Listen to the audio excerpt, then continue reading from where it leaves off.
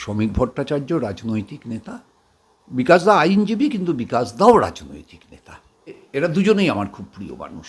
বিকাশ দা যে কথাগুলো সাধারণভাবে বলেন, তার পেছনে একটা মেধা, একটা মনন, একটা চর্চা, একটা অনুশীলন, আইনি ব্যাখ্যা থাকে। পুষ্পাকে যদি ভারতীয় ন্যায় সংহিতায় গ্রেপ্তার করা যায়, শেখ শাহজাহানকে গ্রেপ্তার করা যায়, তাহলে ওই ফুটবল খেলতে থাকা ছেলেটাকে যে খুন করেছে তাকে গ্রেপ্তার করার জন্য একটা অতিরিক্ত আইনের প্রয়োজন হবে কেন?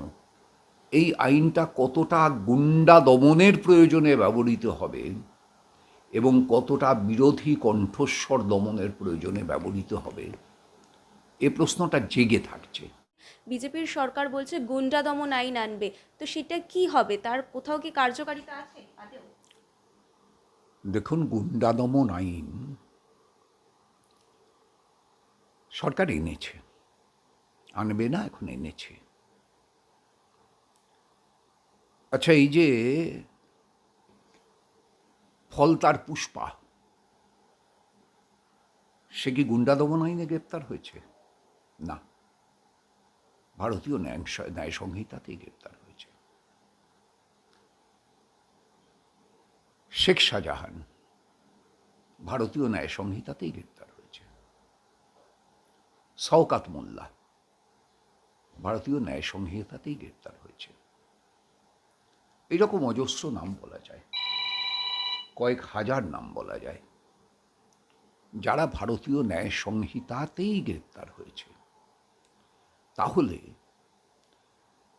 পুষ্পাকে যদি ভারতীয় ন্যায় সংহিতায় গ্রেপ্তার করা যায়, শেখ শাহজাহানকে গ্রেপ্তার করা যায়, তাহলে ওই ফুটবল খেলতে থাকা ছেলেটাকে যে খুন করেছে তাকে গ্রেপ্তার করার জন্য একটা অতিরিক্ত আইনের প্রয়োজন হবে কেন? যে আইন আমাদের ছিল তা কি যথেষ্ট ছিল না? তাই দিয়েই তো এতগুলো গ্রেপ্তার হয়েছে।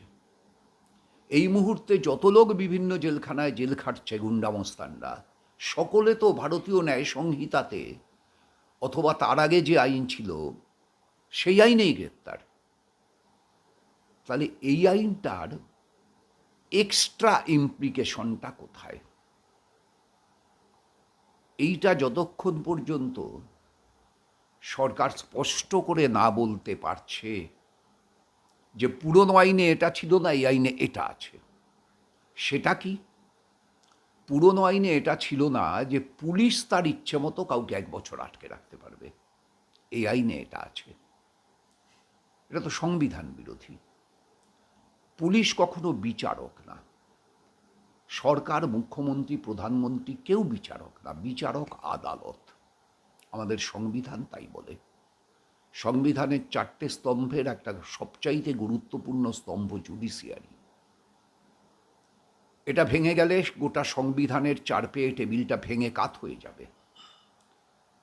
তাহলে সেই জুডিশিয়ারির ভূমিকাকে খর্ব করে পুলিশের ইন্সপেক্টর লেভেল অফিসার, আচ্ছা কাল যদি তার ইচ্ছে হয় যে আপনি কোনো একটা ইন্টারভিউতে কাউকে প্রভোগ করেছেন, কোনো একটা অশালীন কিংবা উগ্রবাদকে প্রশ্রয় দেওয়া কিংবা সাম্প্রদায়িকতাকে প্রশ্রয় দেওয়া মন্তব্য করতে, এবং তিনি আপনাকে গ্রেপ্তার করলেন, 1 বছর ডিটেন করে দিলেন, is it justified for a journalist?